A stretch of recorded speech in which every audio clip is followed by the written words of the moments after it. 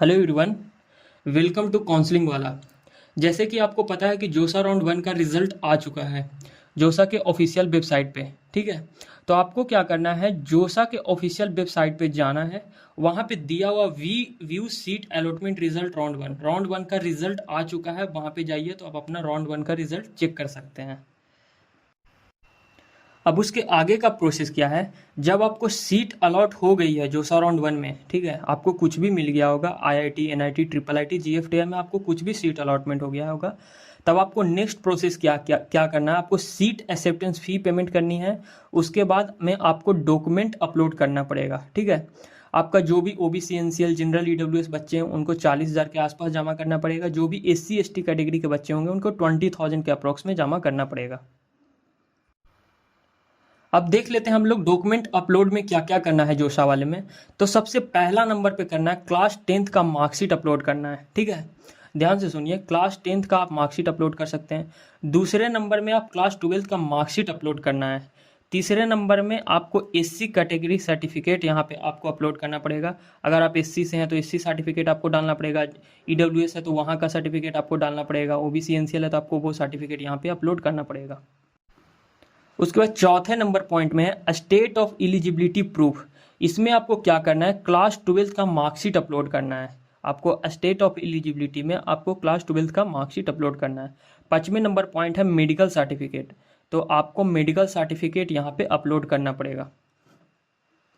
अब आप जैसे ही वहाँ पे आप अपना डॉक्यूमेंट अपलोड कीजिएगा तो फिर आपको सीट एक्सेप्टेंस फीस जमा करने के बाद आपको ये वाला ऑप्शन दिखाएगा फ्रीज, फ्लोट और स्लाइड का।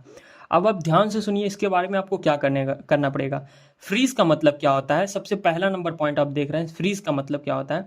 जैसे आपको कुछ सीट अलोकेट होती है, जैसे मान लिया जाए आईआईटी दिल्ली का आपको केमिस्ट्री मिल जाती है और आपको वही कॉलेजेस आपको लेना है और वही ब्रांच आपको लेना है, तो आपको फ्रीज करना पड़ेगा। मतलब आपको सेम कॉलेजेस और सेम ही ब्रांच अगर आपका पसंदीदा मिल गया तो आपको फ्रीज करना है। ठीक है, अब दूसरे पॉइंट में आता है फ्लोट का ऑप्शन। फ्लोट किनको करना है, जैसे कोई बच्चे को मिला, जैसे मान लिया जाए किसी को एनआईटी जमशेदपुर का मैकेनिकल मिल गया और वो बच्चे को फ्लोट करना है, अपग्रेड करना है कॉलेज को भी और ब्रांच को भी, तो वैसे बच्चे फ्लोट पे क्लिक करेंगे।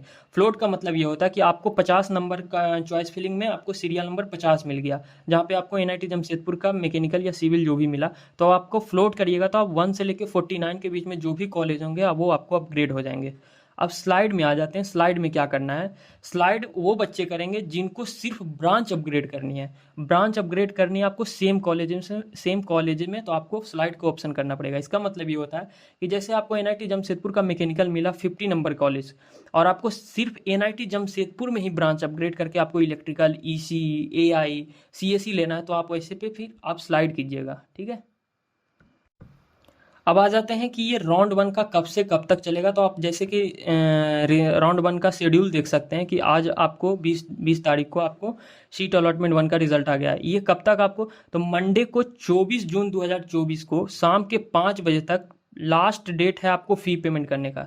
जी हाँ, आप ध्यान से सुनिए, आप 24 तारीख को शाम के 5 बजे तक आपका लास्ट डेट है आप फ़ी पेमेंट करने का।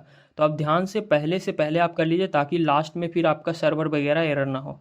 और चैनल को सब्सक्राइब कीजिए, आगे भी आपको फर्दर नोटिस दिया जाएगा। ठीक है, थैंक यू।